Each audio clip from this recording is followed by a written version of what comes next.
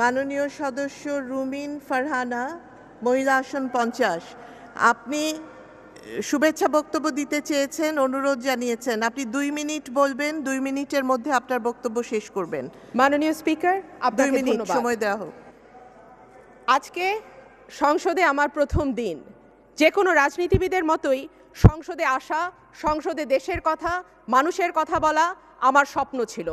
কিন্তু আমার দুর্ভাগ্য, আমি এমন একটি সংসদে প্রতিনিধিত্ব করছি যে সংসদটি জনগণের ভোটে নির্বাচিত নয়।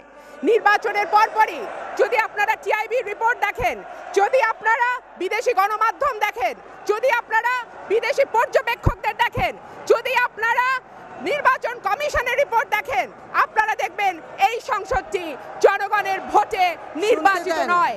সুতরাং আমি খুশি হব যদি এই সংসদের মেয়াদ আর একদিনও না বাড়ে। মাননীয় স্পিকার, আমি এমন একটি সংসদে দাঁড়িয়ে আছি যেই সংসদে 3 বারের সাবেক প্রধানমন্ত্রী, আপসহীন নেত্রী, গণতন্ত্রের জন্য যিনি বারবার কারাবরণ করেছেন, বাংলাদেশের জনমানুষের নেত্রী, যিনি জীবনে কোনোদিন কোনো আসন থেকে কোনো নির্বাচনে পরাজিত হন নাই, সেই বেগম খালেদা জিয়া এই সংসদে নাই। তাকে পরিকল্পিতভাবে একটা উদ্দেশ্য প্রণোদিত মিথ্যা মামলায় তাকে আজকে কারাগারে 16 মাসের অধিক সময় তাকে আটকে রাখা হয়েছে। একজন আইনজীবী হিসেবে আমি দ্ব্যর্থহীন ভাষায় বলতে চাই যে বেগম খালেদা জিয়ার মামলার মেরিট, তার শারীরিক অবস্থা, তার সামাজিক অবস্থান এবং তার যে বয়স, তার যে জেন্ডার, তার সবকিছুর বিবেচনায় তিনি তাৎক্ষণিক জামিন লাভের যোগ্য। সরকারের হুমকিতে আমাদের অ্যাক্টিং চেয়ারম্যান জনাব তারেক রহমান দেশে ফিরতে পারেন না।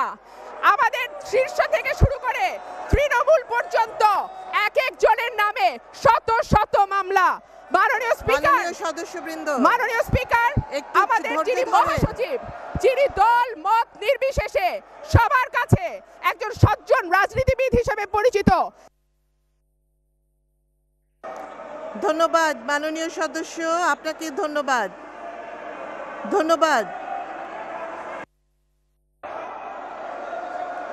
মাননীয় সদস্যবৃন্দ, আপনাদের দৃষ্টি আকর্ষণ করছি। মাননীয় সদস্য, আপনার সময় শেষ হয়েছে। জি, শেষ করুন। আপনাকে ধন্যবাদ।